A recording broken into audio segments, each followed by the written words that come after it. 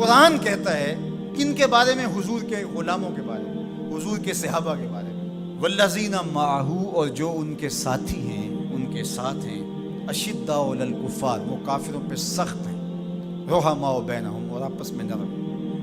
قرآن تو یہ کہتا ہے کہ ان کی سختی کفار کے لیے تھی، اور کفار کے کلیجے چیر کے رکھ دیا اور آگے بڑھ گئے، اور تاخت و تاراج کر کے رکھ دیا دنیا کی سپر طاقتوں کو، اسلام کے جھنڈے دنیا کے کونے کونے پہ گاڑ دیے، کہ ان کے سینے میں وہ امڑتے ہوئے طوفان تھے جس کے آگے کوئی ٹھہر نہیں سکتا تھا۔ بدر کی کہانیاں دیکھیں، صرف 2 گھوڑے، 6 زرہیں، 8 تلواریں، اور جن کے پاس تلوار نہیں تھی کھجور کے ڈنڈے توڑ لیے۔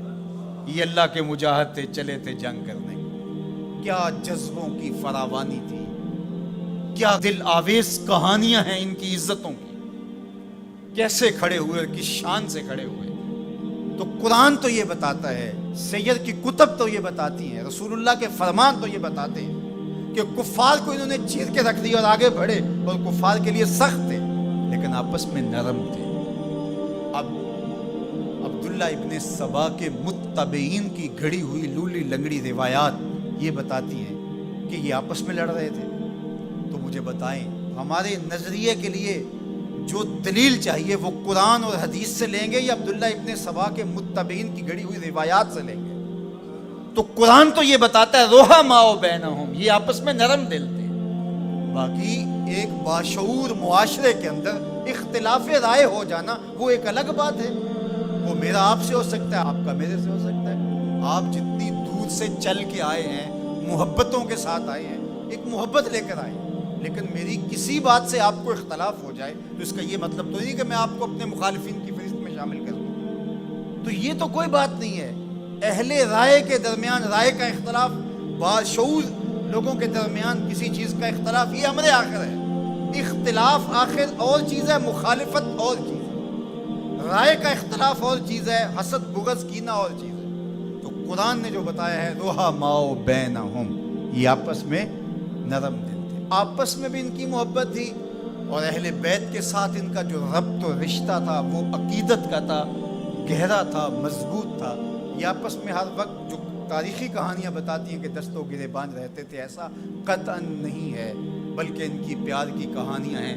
مسجد سے باہر نکلتے ہیں جناب ابو بکر رضی اللہ تعالیٰ عنہ اور مولا کائنات سیدنا علی المرتضیٰ رضی اللہ تعالیٰ عنہ، آگے امام حسن کھیل رہے ہیں، بچے تھے، تو حضرت ابو بکر اٹھا کے کندھوں پہ بٹھا لیتے، اللہ اکبر، کندھوں پہ بٹھا لیتے ہیں، اور حضرت علی سے مخاطب وہ کہتے ہیں یہ تیرے جیسا تو نہیں، یہ تو حضور جیسا ہے، اس کی شکل تو حضور سے ملتی ہے۔ تو مولا علی آگے سے مسکرا رہے ہیں، کہتے ہیں یہ شبیہ رسول ہے، علی یہ تیری شبیہ نہیں، یہ رسول اللہ کی شبیہ ہے۔ تو یہ محبت کی کہانیاں نہیں تو اور کیا ہیں؟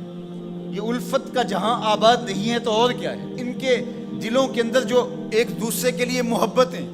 ریاض النظرہ فی مناقب اشرا مبشرہ میں یہ واقعہ لکھا ہے، حضرت سیدنا علی المرتضیٰ رضی اللہ تعالیٰ عنہ فرماتے ہیں حضرت عمر کا دور خلافت تھا، میں رات کو سویا تو خواب دیکھتا ہوں۔ خواب میں کیا دیکھا کہ مصلی پہ کھڑے ہیں مسجد نبوی میں حضور اور نماز پڑھا رہے ہیں۔ تو کہتے ہیں حضور نے 2 مخصوص صورتیں پڑھی، پھر حضور نے سلام پھیرا۔ تو سلام جب حضور پھیرتے تھے تو بہت جلد رخ پلٹ کے صحابہ کی طرف کرتے تھے۔ حضور جانتے تھے صحابہ میری زیارت کے لیے ترس گئے ہوں، چونکہ اتنے لمحے بھی کب گزرتے تھے۔ تو حضرت علی فرماتے میں نے خواب میں دیکھا کہ کوئی خاتون باکورہ لے کے کھجوروں کی شکل میں حضور کی خدمت میں حاضر۔ اب جو جتنے بھی نمازی تھے حضور نے ان کو بانٹنا شروع کر دیا، ایک ایک کھجور حضور نے سب کو عطا کی۔ تو کہتے ہیں کہ حضور نے مجھے بھی ایک کھجور عطا کی، جب میں نے اس کو کھایا تو اتنی لذیذ تھی کہ زندگی میں اتنا مزہ کبھی کھجور کا آیا نہیں تھا۔ حضور نے مجھے ایک دی، باقیوں کو بھی ایک ایک عطا کی۔ میرے دل میں تھا کہ حضور سے عرض کروں حضور مجھے ایک اور عطا کر دے، لیکن ادب حیا مانے رہا، میں آرزو رکھنے کے باوجود دوسری کھجور مانگ نہیں سکا۔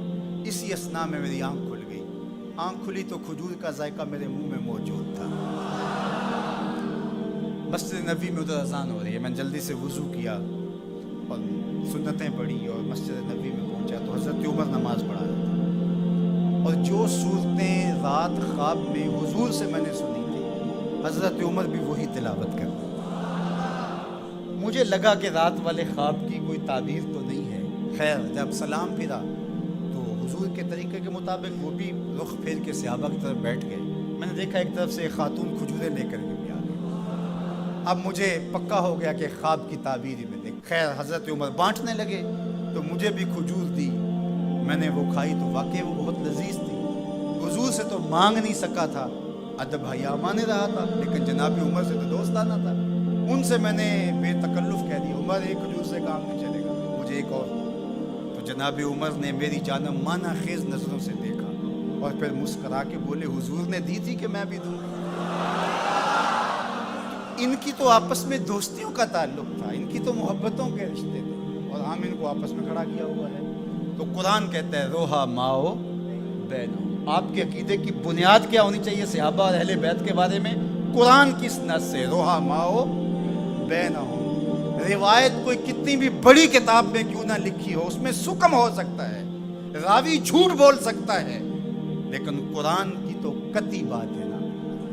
اس لیے قرآن کہتا ہے روحا ماؤ بینہم. یہ تو آپس میں پیار کرنے والے تھے, یہ تو آپس میں محبت کرنے والے تھے, ان کا تو الفتوں کا رشتہ تھا, ایک دوسرے کے وزیر اور مشیر رہے ہیں, ایک دوسرے کے کاموں میں ان کی معاونت کرتے رہے ہیں.